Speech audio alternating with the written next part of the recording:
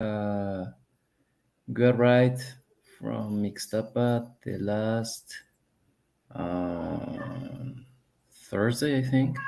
So I'm more relaxed now. Thursday. Yeah. And you, teacher? Excellent. Very good. Fine, fine too. Thank you very much. Finally started to rain in Leon, which is a Yeah. great thing. Yeah, it's been raining for the last few days. A Great. little bit at night, a little bit, I'm sorry, a little bit during the day, mostly at night. How about Hmm. in Irapuato? Has it been raining there too? Yeah, the same. The last today is Monday. Yeah, the last Saturday it was huge raining. But yeah, it's great. I think that is necessary to that continues raining because now I don't know if you can notice that the temperature has decreased a little bit. In the past, I Yes, needed to use a fan to sleep because the heat was horrible. But now it's much better.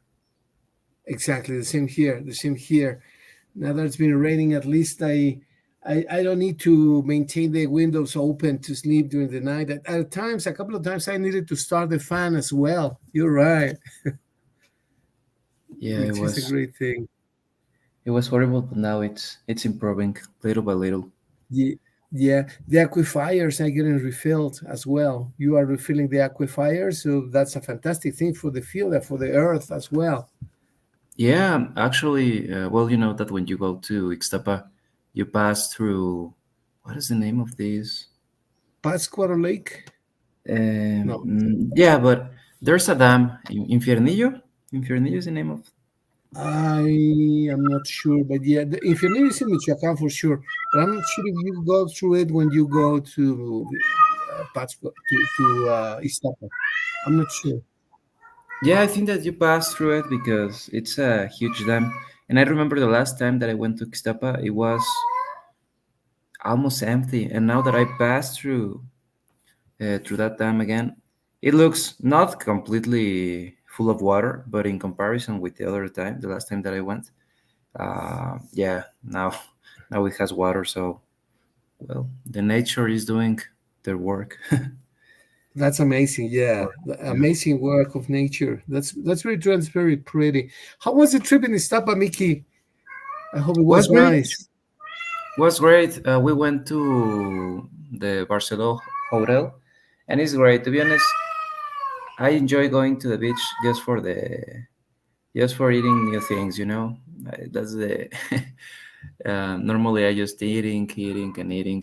Obviously, I try to go to the gym there in the hotel, but mostly I'm always eating. So that's why I enjoy going to the beach. Right, very nice. Do you like seafood for sure? I think. Yeah, of course. Yeah, in this hotel, there are like four uh, restaurant with specialties, if I can say it. You know, like more focus on Yes. something. And yeah, one of them was of meat and seafood. The other one was of Italian food. The other one was Japanese. The Japanese was the one that I didn't like too much. It wasn't bad, but it wasn't too good in comparison with the other three. And yeah, but I love food in general. Very nice. In this hotel, Barcelona, do they still have this festival that they organize 2 or 3 times per session per week? I think in a row, one day after another after another. Do they still have this festival? Festival of what, teacher? Like an event, like a presentation in a And in the like nights? yeah, exactly. Do they still Yeah, have it? yeah, they still have the shows in the night. Shows. In, That's the word. yeah, in occasions we couldn't attend to the shows because normally in those restaurants you need to do a reservation. So we just went 2 times, but those are great. The shows that they normally does are great. They really put effort on it. Yeah, that's very true. I loved going to the Barcelona because it's very complete because of the cuisine and they have these shows as you mentioned, and I love them. I love them. One of those times they presented something very similar to the Bolshoi Ballet. Actually, it was a Mhm. Cossacks dance. It was Mhm. impressive. It was there. I think the musicians were Russian, although the hotel is Spanish. but I think the show Hmm. was Russian group. It was impressive, and Wow. I loved it. When was the last time that you went to the that hotel? Oof, maybe we're talking about what? Maybe 15 years ago, 10 years ago, 10 or 15 years ago. It's been a long time, Interesting. but I enjoyed it very much. Yeah, it's a Very, good very much. hotel. I consider that probably they need to put a little bit of maintenance because, well, the food is great, the service is great too, but now you see the rooms and it's like, well, they can put a little bit of effort to try to update a little bit those rooms. In general, the hotel, for example, the time that we needed to the checkout, all the elevators were full, so we were fortunately we were in the fifth floor, so we need to carry our bags and pass through the stairs instead of using the elevator because the elevator was full of people. And Um, those I think that the hotel just have three elevators, so imagine. And the hotel yes. is they say that the capacity when we arrived in the hotel was 100%, so it was completely full, the hotel. Oh, really? Yeah. Wow. Okay, Mickey. Let me give you a little table Yeah. in which we have some places to visit Mm. and sightseeing. Let's see what you think of this in Mexico. I'm sure you're going to be knowing most of them, if not all of them. Here, some places that you can go sightseeing. Let's see. I'll share it in a moment. Here, Yeah. I'll put this in what in a paint maybe. And did you go with all the family? Yeah, teacher. Well, actually, I arrived um, a day after my family arrives because I had my master's degree and it was the ends of one block of the quadrimester. So I needed present in the two Okay, classes that I have. So very I, nice. but yeah, all the family. Very nice. Very nice. Those are great. Family trips are amazing, right? Yeah. Yes. Okay, well, here we have some places. Let's see what you um recognize here. Mm-hmm. Obviously, you've been to Mexico City, right? Yeah. Yeah. Mexico City. Can you see it? Yeah. Yeah. Now I can see it. Yeah. Uh-huh. Mexico City. You know these places? Zócalo, yeah, I know. It's the Zócalo, Chapultepec Park. Yeah, the Chapultepec Park is beautiful too. And the Frida Kahlo Museum, I think that the Frida Kahlo Museum is in Coyoacán? Or I'm not sure. I believe so. Yes, yes, yes, yes. Yeah. They live in Coyoacán. She married. Do you remember who she married? Was that Mm, David Alfaro Siqueiros? Oh no, that was a friend of them, right? Frida Kahlo was married to a famous person, Diego Rivera. Diego Rivera, yeah, the painter, and they were friends to David Alfaro Siqueiros, who was a warrior, rebellious man who was involved in the. Apparently, they were friends to Trotsky, and then Yeah, Trotsky was killed in Coyoacán precisely, yeah, I think so. Yeah, and Trotsky. Trotsky was a Russian dissident, I believe. Mm-hmm. Well, there's Yeah, a story there. I think that they still have the wall, with the mark of the bullets. I think so, of the Trotsky attack. Something about it one time I read, but I'm not sure. Yeah, but I think Trotsky was killed with a knife. He was stabbed by a Spanish guy by the name of Mercader, Julian Mercader or something Mercader. A Spanish guy Mm. stabbed Trotsky with a Mm-hmm. knife. I believe in Diego Rivera's house, or he was killed in Coyoacan. I believe he was visiting Diego Rivera and Frida Kahlo. Mm-hmm. I believe there's a story there. I'm not sure about it, but yeah, one of the great famous assassinations was taking place in Coyoacan. It was Trotsky, and it was by a Spanish guy with a knife. I believe. I think it's blurry in my mind, but well. Then we have Cancun. Yeah, well, I What was do you curious think of Cancun? about the fact that I told you of the Trotsky attack. But yeah, there's a place that there's still the bullet holes, but it was an attempt of assassination. So yeah, I didn't know that he was Over there in assassinated. Coyoacan. Yeah, in Coyoacan. Yeah, in the Okay. well, there's a place called the Museum of Leon Trotsky in his house, I think, or I don't Oh, know. really? Yeah. I don't know. Okay. Okay, Leon Trotsky. Yeah, he was a strange character. Well, I've read very little about him, uh, Hmm. but I think he was a dissident of the Russian oligarchy. I believe it was after the Tsarist era. Do you know much about Trotsky, or a little bit? Uh, well, I have heard about him, but to be honest, I don't know about his story. Leon Trotsky. Let me read a little bit about him. Hmm. Uh, he was Russian Ukrainian revolutionary, and it says a key figure in early Soviet Union. Let's see if it says. Well, it's yeah, in August. Okay, I'm gonna share this with you really quick. Thank you. It's just interesting to know about what he did. Let's see if you can please read it, Mickey. I'm gonna share it. Let Thank me you. put it here.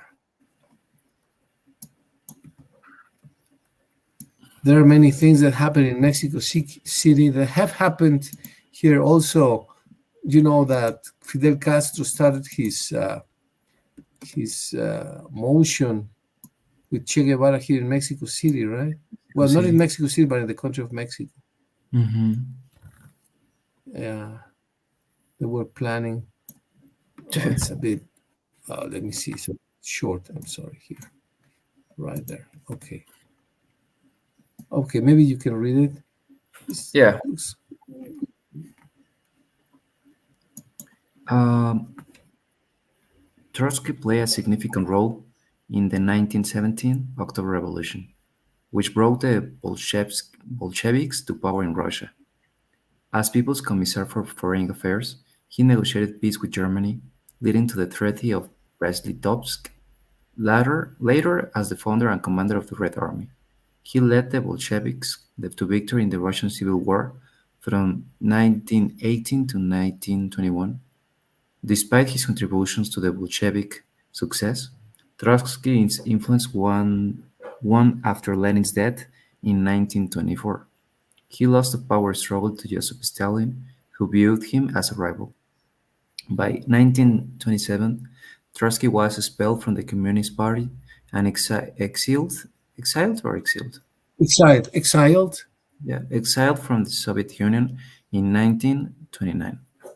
Trotsky spent his exile in various countries, including Turkey, France, and Norway, before settling in Mexico in 1937. He continued to write and critique Stalin's policies, advocating for a global permanent revolution and founding the Fourth International in 1938 to promote his ideas. On August 20, 1940, Trotsky was attacked by a Soviet agent, Ramon Mercader, in his home in Coyoacan, Mexico. He succumbed to his injuries the next day on August 21, 1940. Trotsky's legacy remains influential in Marxist through thought and revolutionary movements worldwide. Well, he was killed in Mexico. Yeah. in yeah. All right. So you went. You've been to that museum, Mickey? Um, I passed through it, but I didn't go to that museum because we were a little bit tight of time. So you know that in Mexico Okay. City there are a lot of things to do, and a part of that the traffic jam and all stuff. You need to really measure your times.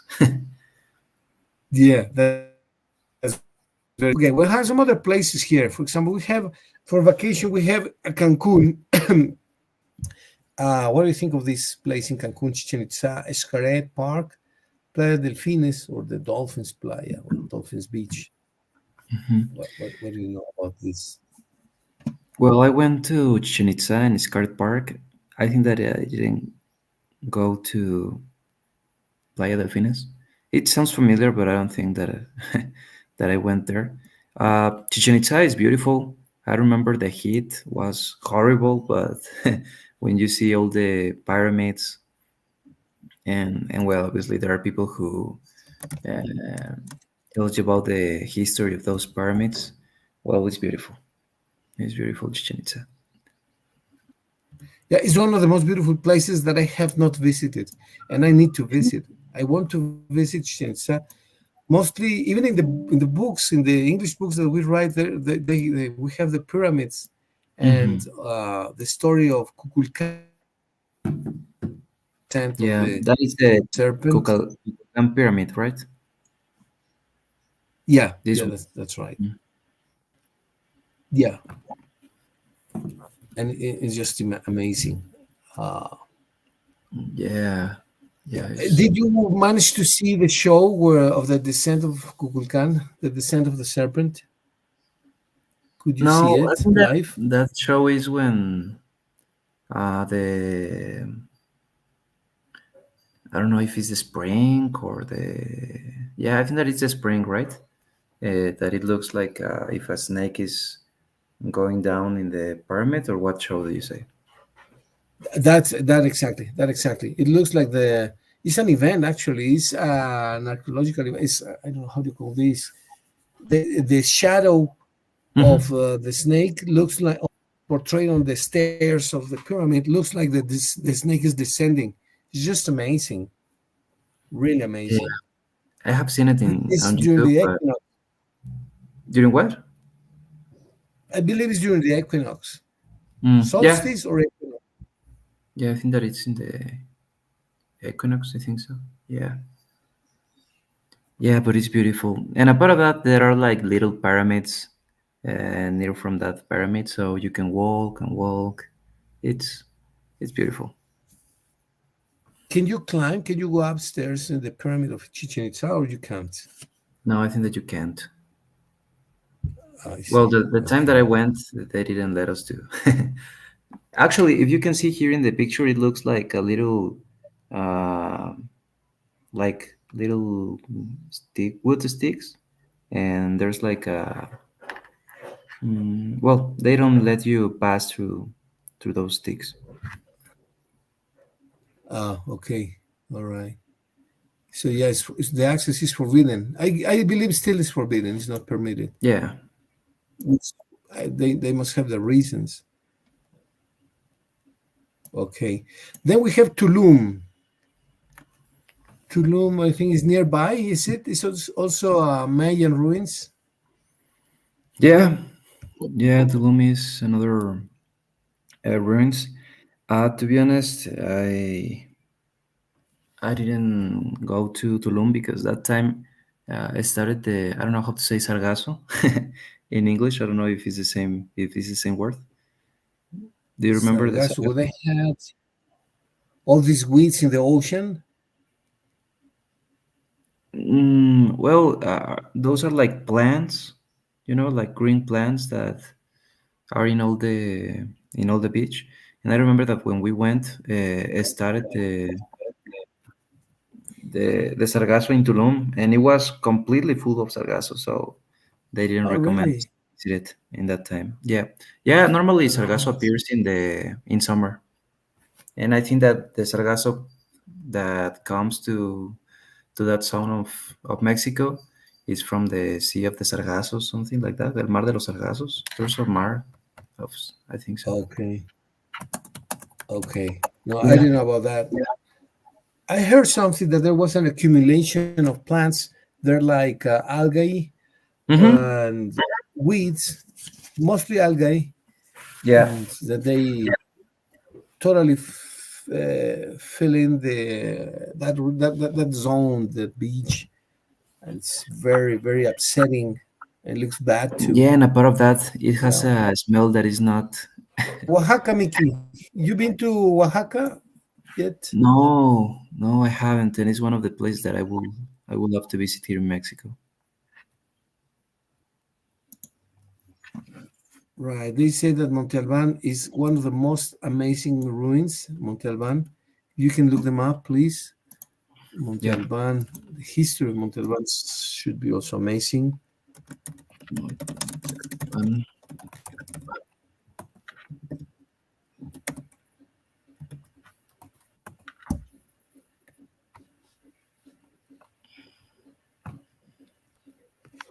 hmm. Yeah, it's This one beautiful. is, yeah. You have a picture that you could probably share, Mickey, please? Yeah, let me present. I think that the internet is failing a little bit because in occasions I think that there's like a delay, but I don't know if you can listen me correctly, teacher. I can hear you at times, but then I also lose you at times. So maybe the connection is not optimal. Yeah, must be a little bit weak. Can you hear me now, Yeah, Mickey?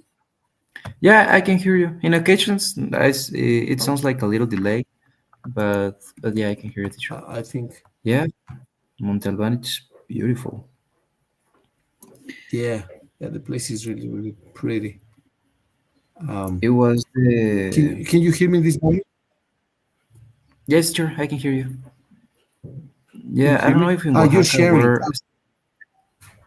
Can you see it? I'm sharing the pictures. I think that you cannot see it. I'm sharing the pictures of Montalban. I don't know if you can. Ah, no. Now you see it, right?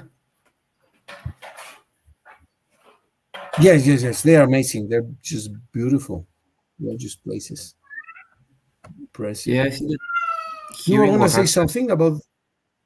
Yeah, that here in Oaxaca, I think that it was established. The civilization that was established here was the Zapoteca, right? I'm not sure, but I think so. I just read about that. Yes, that's correct. I just read about that. It's Yeah. Oh, true. Very yeah, but pretty no, cities. I haven't go to Oaxaca, Yeah, but I would love to visit it. yeah, yeah. That is true. That is true. Let's see. They have something about it, about the Zapotec civilization that governed Oaxaca, but not Oaxaca. Yeah, Oaxaca back then. Let's read a little bit about it, Mickey. Please, can we? Let's see. I think. Let me increase the. Okay, it says something about Montalban. Can you Ah, please okay. read it, Mickey? Yes, That sure. archaeological site. Mm-hmm. Uh, yeah. Montalban is an ancient archaeological site located in the.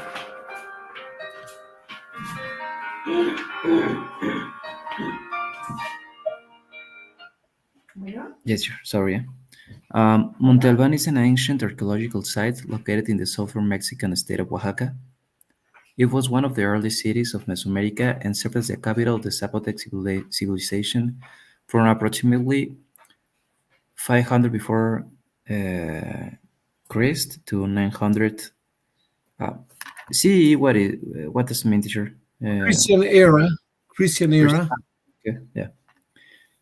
Early history of foundation 500 before Christian area to 200 Christian area.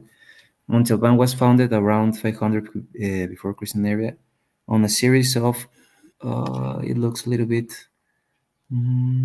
flattened hilltops overlooking the Valley of Oaxaca.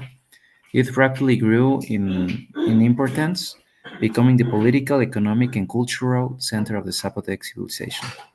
The city's strategic location allowed it to control the surrounding valleys, facilitating trade and political influence. The Zapotec period, 200 Christian area to 900 Christian area, during its peak between 200 and 600, sorry, Christian area, Montalban was home to an estimated 25,000 people. The city featured impressive architectural achievements, including pyramids, temples, and palaces, arranged around a large central plaza, one of the most significant structures in the Danzantes, Dancers Gallery. Ooh, we lost connection. Oh.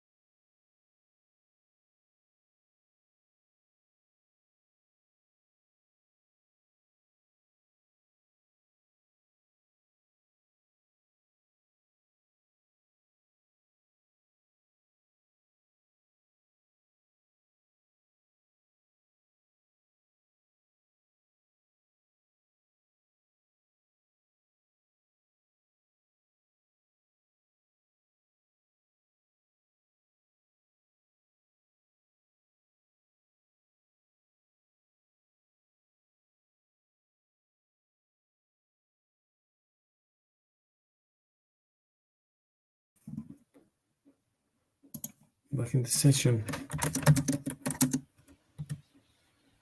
In the session. In the session. Back and back.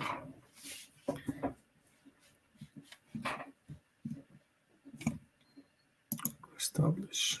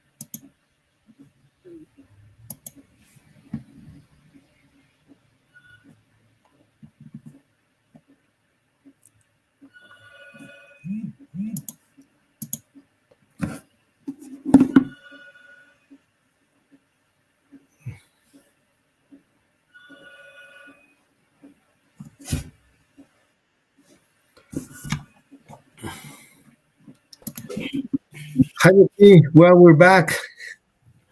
Hi, teacher. Buenos días. Yeah, perfect, teacher. Don't worry. Yeah, Teacher, can you just wait me 2 minutes? I'm gonna absolutely. Sure. I'm gonna go upstairs because there's a lot of noise here. No problem. No problem. Take your time, Mickey. Thank you.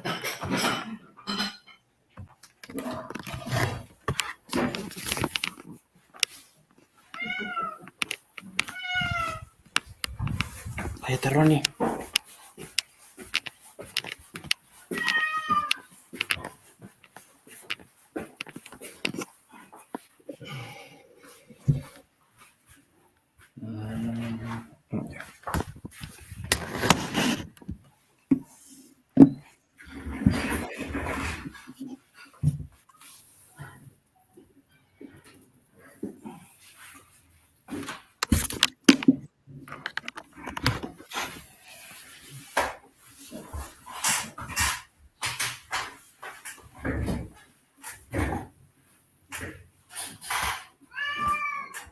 Yeah, teacher. I'm back. Good to see you now. Very nice. Excellent, Mickey. Well, we were talking about Monte Alban as a pretty city. And there's Ronnie. Yeah, that's why I moved here because well, my mom is on a session in her computer and the cat is screaming. The person who helps us to clean the house uh, cleaning the dishes. So yeah, there's a lot of noise and I think that Ronnie sounds until here, but Yeah, you can hear him. He might, I don't know, they have a ritual with noises. They meow for several reasons, and some of them you don't even imagine what they are. yeah, I know that he is now meowing because he wants to go outside, but Oh, okay. no, we don't let him to go outside because then he killed the birds and then Oh, I really? Oh, he's yeah wild. he's so good doing that, but no, we need to respect the nature. Yeah, that's true. Well, okay. So let's read a little bit about Monte Alban, please, Mickey. Can we? Hmm. Since the beginning or I think we were in the what? In the what in was it? the third The paragraph. third paragraph, right? Yeah. Okay. Please.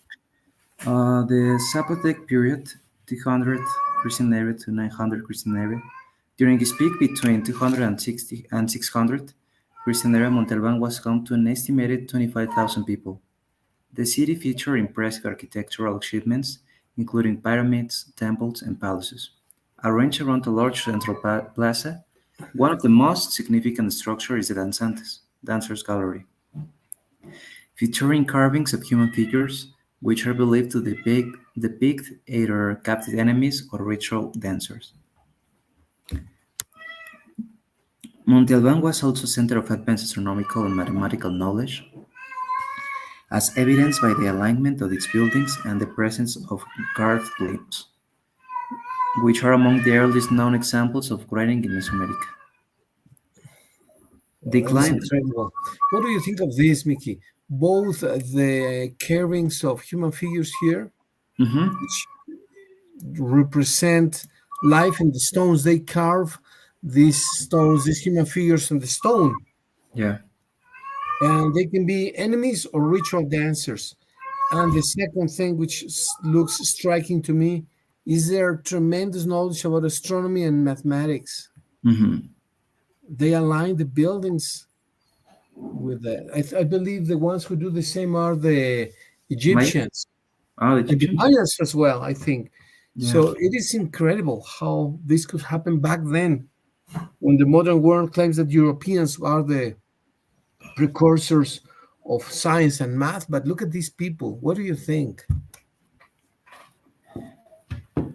Well, it's so interesting to be honest. I would love to be a little bit more informed uh, about his history and the way of thinking that they had. But yeah, it's true. And to be honest, that's one of the reasons why I would love to visit Oaxaca because first of all, if I want to go to a specific place, normally I like to read a little bit of the history of that place. So when I'm in the place, I'm like more informed and it's like more curious. But yeah, it's great. Now the advanced astronomical and mathematical that they have, and it's great that they were here in Mexico. Yeah, and to the point that even the tectonic plates, when they move, you can still trace them back and see that they were completely or perfectly aligned to the north. You can say, well, but now they are misaligned. Yeah, well, they are misaligned 1 or 2 degrees, but it's because the tectonic plates have been moving Yeah, as part of the detachment of the continental plate, right? So it is impressive what they do, yeah, absolutely. or what they did actually. All right. That they Let's see did. the let's see the decline then, Mickey, please. Yeah, decline and abandonment. 900 Christian era to present. By around 750 Christian era, Montalban began to decline, likely to the combination of factors, including internal strife, resource depletion, and the rise of competing city-states. The site was largely abandoned by 900 Christian era, though it remained an important ceremonial center for the Zapotecs and later the Mixtecs, who took over the region. Rediscovery and archaeological significance. Montalban was rediscovered in the 16th century by Spanish explorers, but systematic archaeological excavations didn't begin until the early 20th century. In 1931, Mexican archaeologist Alfonso Caso led extensive excavations that uncovered many of the site's most significant structures and artifacts. Today, Montalban is a UNESCO World Heritage Site recognized for its historical and cultural significance. It remains an important symbol of the Zapotec. Wow, incredible, right? Yeah.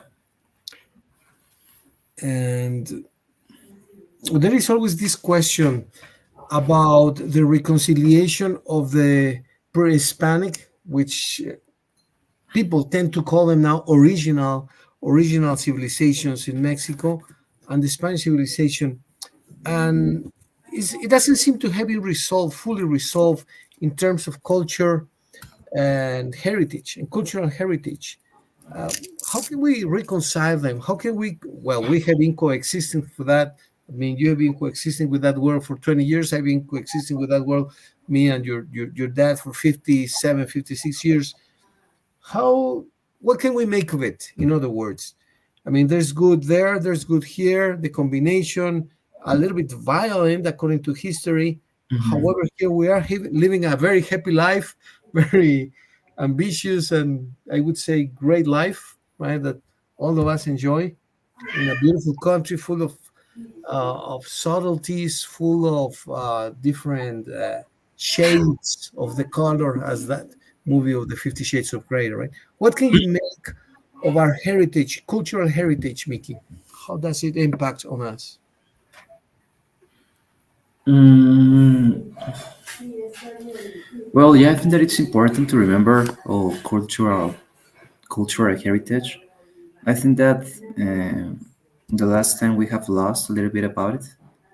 Most of my generation, and I know that we're not aware about the civilizations that were established here, and normally we can go to visit some places without knowing what really happens there. So I think that it's important to understand our heritage, understand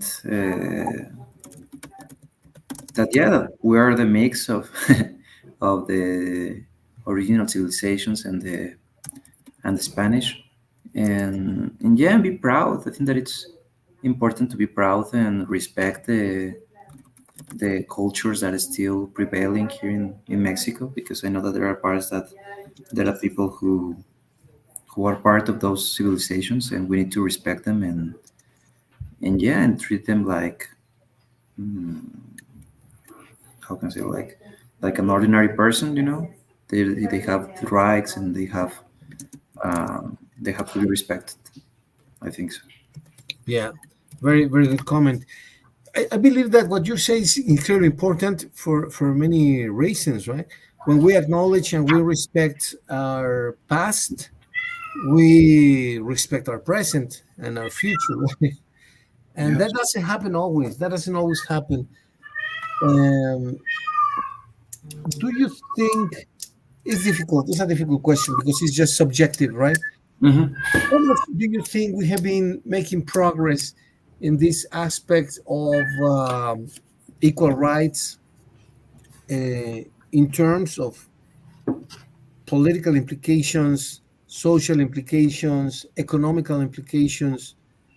Um, do you see the quality is waning, is evening up, is becoming more even, or the differences still are huge? What's your perception in general terms, Mickey? Mm, well, yeah, as you mentioned, it's a difficult question. um, well, I think that yeah, lately uh, I have heard more about the equal rights and the respect to the different cultures here in Mexico. Uh, for example, I remember the last year that I went to Real de Catorce in San Luis Potosí. They took us on a tour, and they show us the what is this that plant that has like uh, what's the name? Mm, it's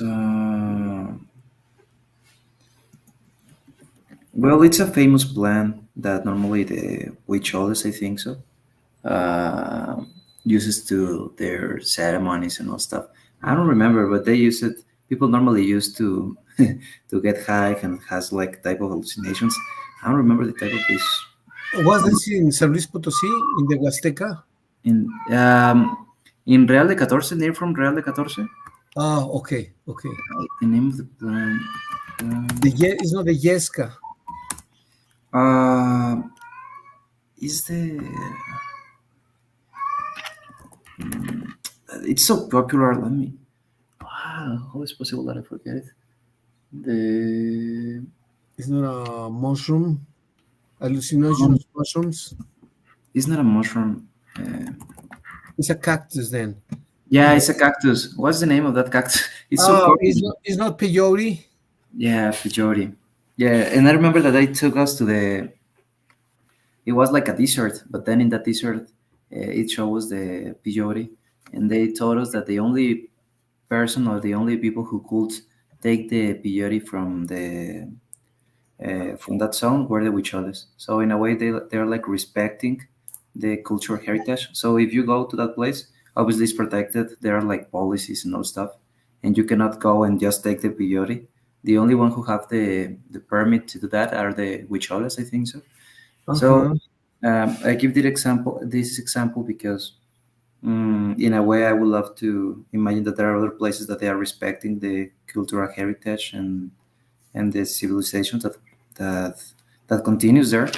So yeah, I hope that we are improving. Probably we need to do since a long time, but yeah, I think that there are like more laws, and now the racks and the racks, sorry, um, are like more. I can say like mm, yeah, like more respect to the rights and all stuff. I think so.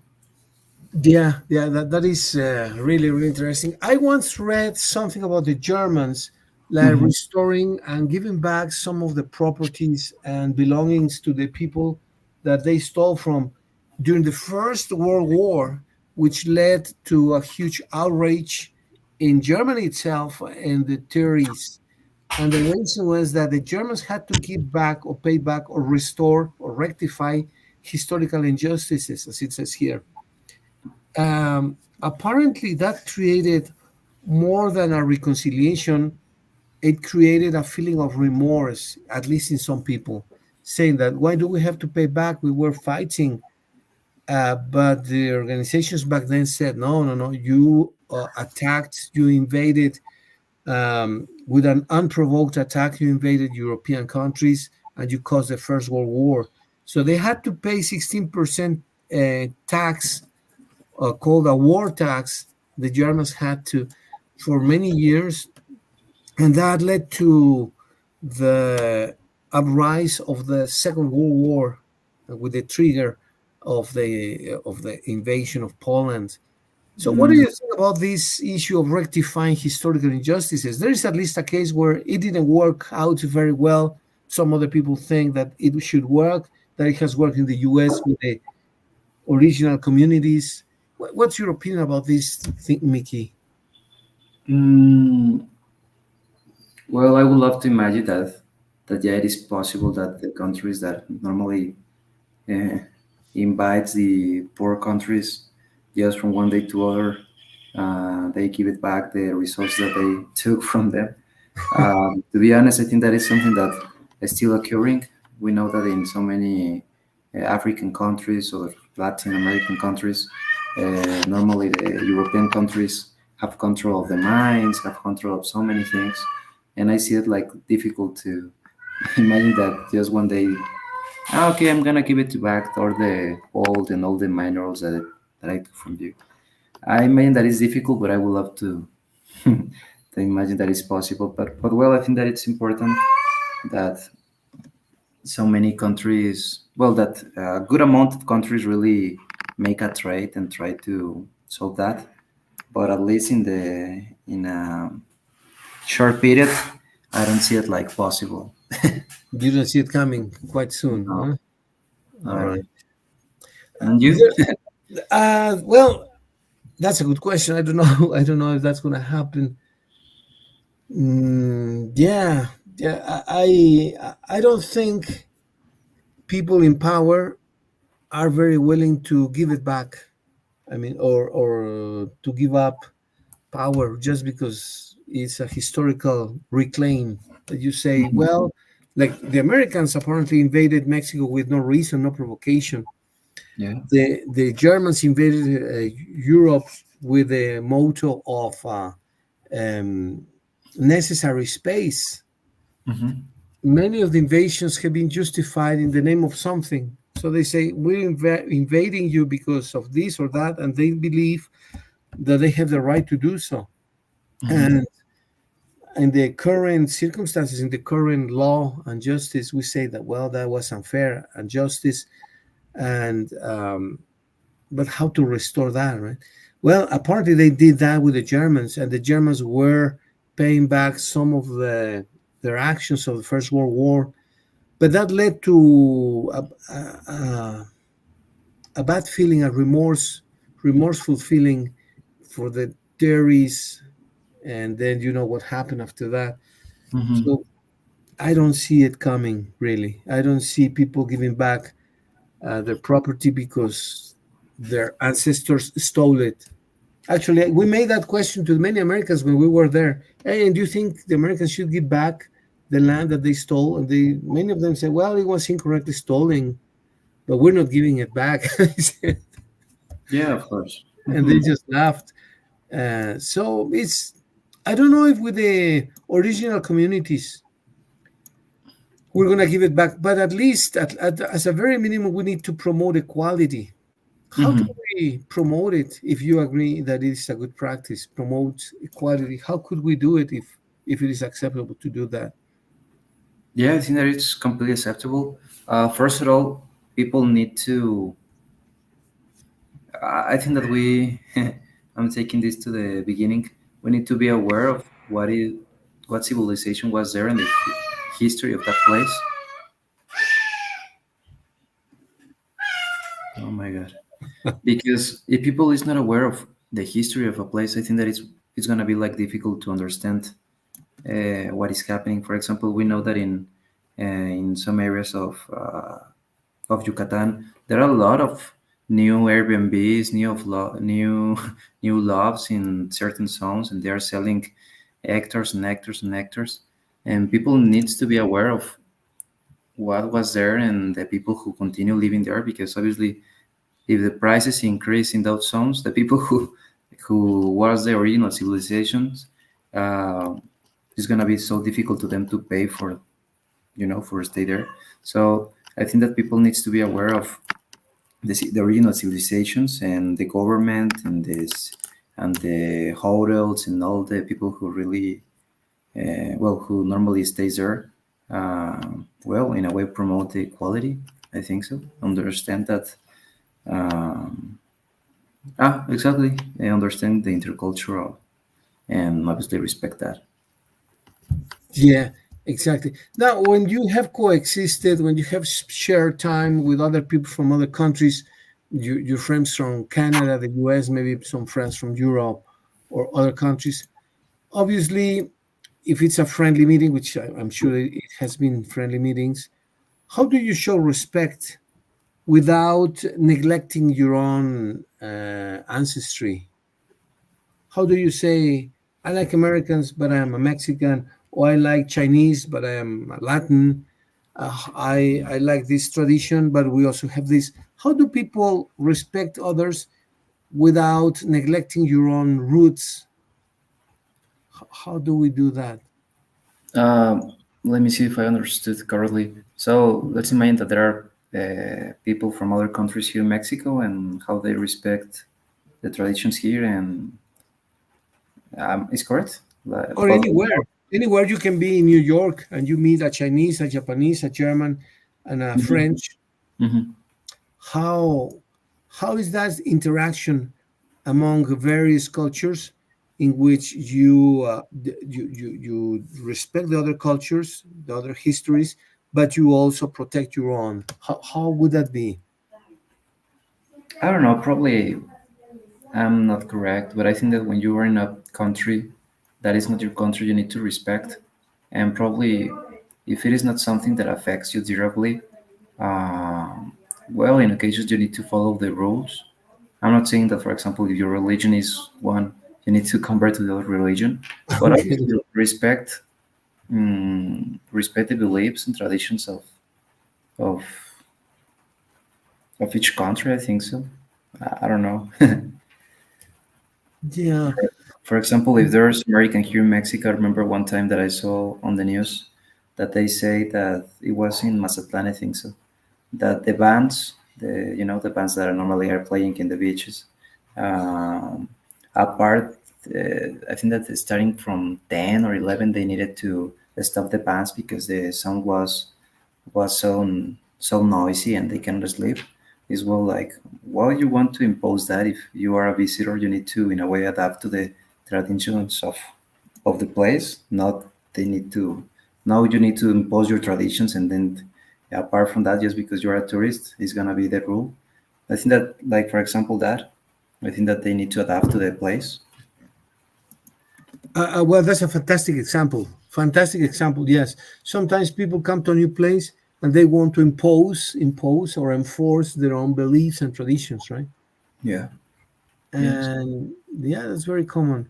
Sometimes we go. I have not been to Turkey or Iran or other countries, Mm-hmm. but some of the women wear the what is this garment on the head? Mm-hmm. Burqa, I believe, or they have a strange name. I believe it's called burqa. It's an old tradition. Women wear them since they are 15, 16. It's a tradition.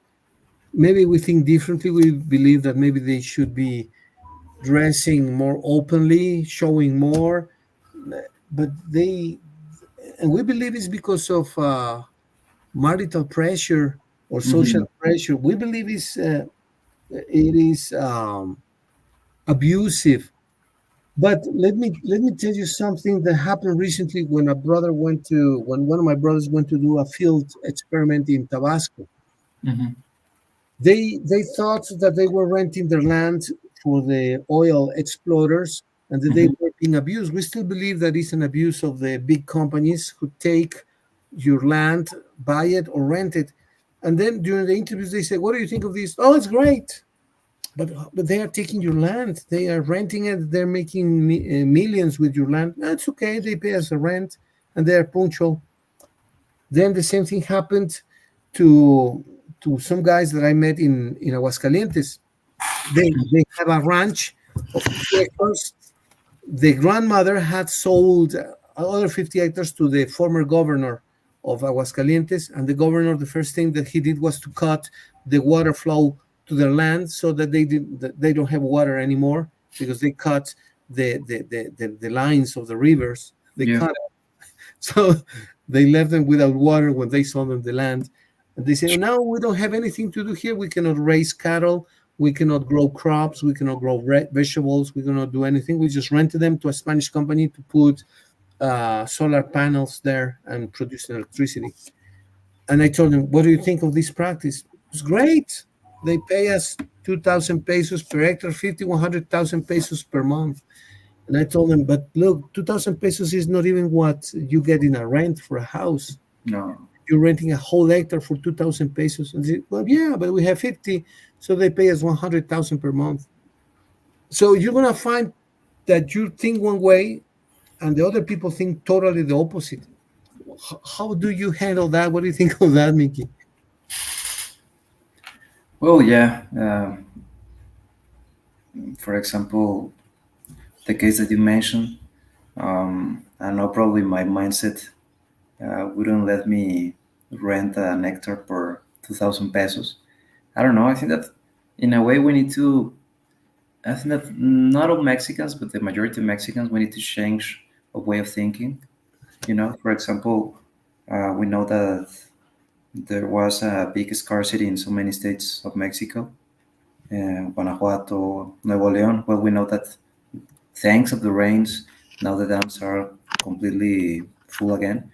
But well, if the permissions and all the permits that the companies have, the the amount of water that we recover from the rains is gonna disappear again because people don't is not aware of those big companies, and I think that the government and obviously people must be informed. We need to change that way of thinking, because we are like giving just concessions and concessions and concessions, and all the natural resources one day or the other is gonna disappear. We saw it 2 weeks ago that there was a big scarcity here in Guanajuato. For example, the Valore Dam in León, that it's empty. I think that it's important to be aware of the impact that we are doing, and yeah, try to change a little bit of mindset that so many Mexicans have. I think so.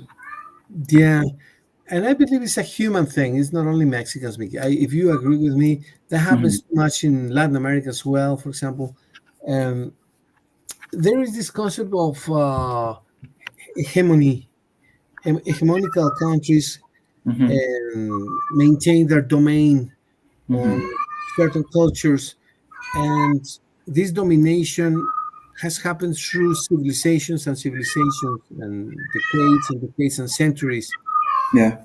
And there's a time when you overcome that through educating people, instructing people, and letting them grow.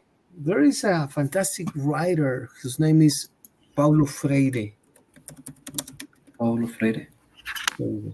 Freire. I think it's with Y. Freire. Let me see. I don't remember if it's with Y. Freire. Freire. Yeah, he's a great writer. I don't. I wonder if you can Google him really quick, please, because he's a great guy who has written fantastic books. Paulo Freire, Paulo Brazilian educator. Yes. Freire. Paulo Reglus Neves Freire. Yeah, that's him. That's him. Can you read a bit about him or show about him a little bit? His biography. Yeah, what he did, simply what he did, who he was, maybe his achievements. Mm, well, here's a brief biography of Paulo Freire. Do you want that I share the? Yeah, if you wish, yes, please, or if you can read it or make a summary of his life, where he lived, what he did, achievements. Mhm. Well, he was born on September 19 of 1921. He grew up in the northeast of Brazil, where his experience deeply influenced his life work. The world economic crisis forced Freire to know hunger and poverty at a young age.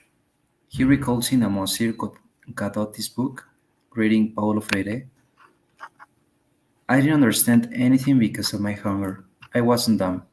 I was in lack of interest. My social condition didn't allow me to have an education. Experience shows me once again the relationship between social class and knowledge. Wow, Yeah.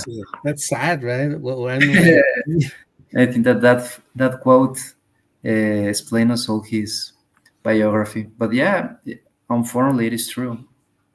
So many people don't have the chances to go to the school to have a good alimentation. Obviously, if you if you have a comparison between a kid that is eating what he needs to eat in comparison with a person that in occasion has something to eat, in occasions not, the level of how to say like of Development, knowledge, yeah, knowledge is. that he's gonna take is completely different.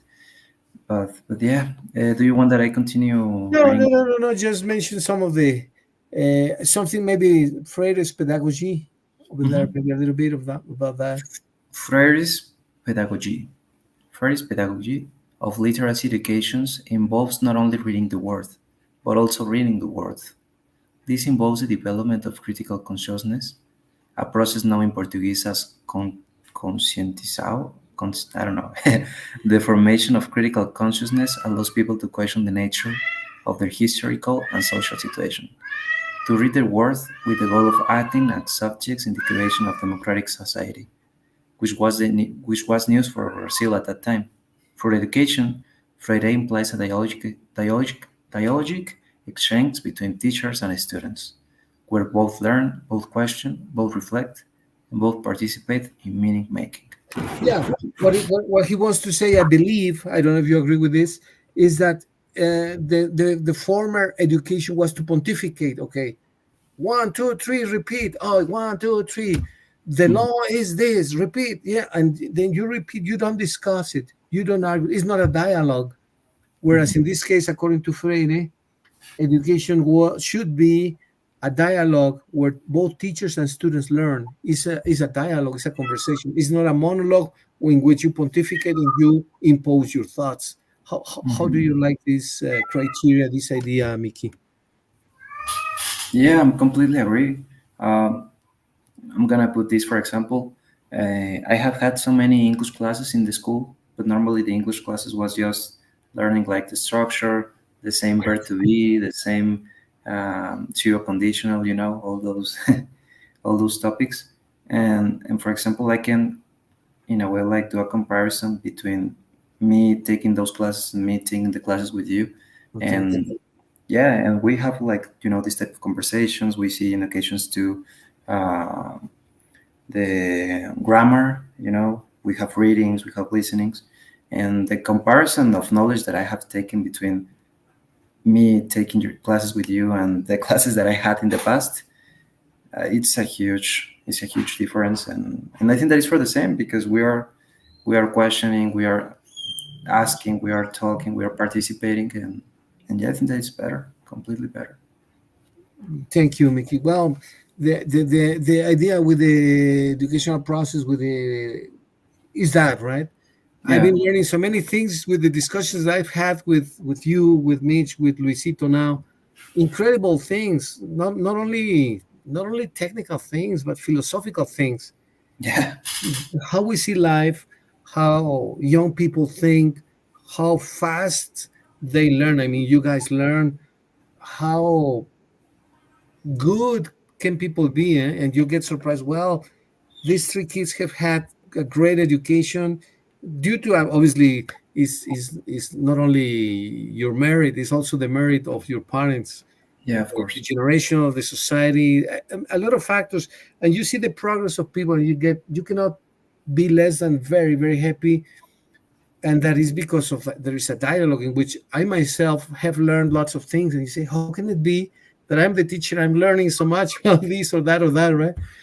And it's a nice feeling, really nice feeling. But as you mentioned, as Freire mentions, it's a Mhm, dialogue. When there is a dialogue, there is this impasse, this transfer of information, experiences, mhm, moods, even the motivation. Sometimes the motivation that you guys have.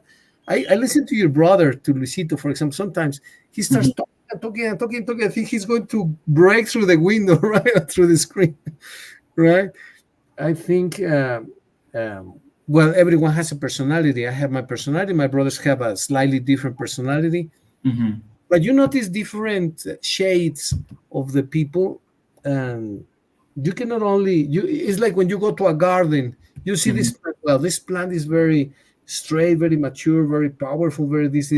And then you see the other, you see it's very colorful. It's totally different and just as valid as the other, right? Yeah. So it's sometimes I feel like if I'm in a garden admiring Mhm. plants and flowers and trees, it's a Yeah. good feeling, very positive feeling. Yes, So, thank you very much. well, um, we have a lot to talk about, Mickey. Maybe, I don't know, Wednesday, Thursday, we have the opportunity to have another. Yes, teacher. It's good. If it's on Wednesday or on Thursday, it's okay for me. And I don't know if you wish at 8:30 or at 9, but I think that both hours are good for me too.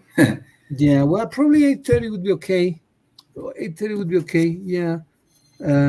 Let's see. Maybe I was thinking Wednesday or Thursday.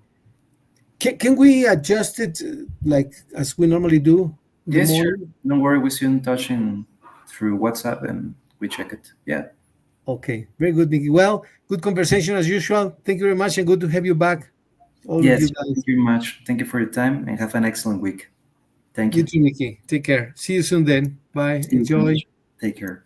See you. Bye.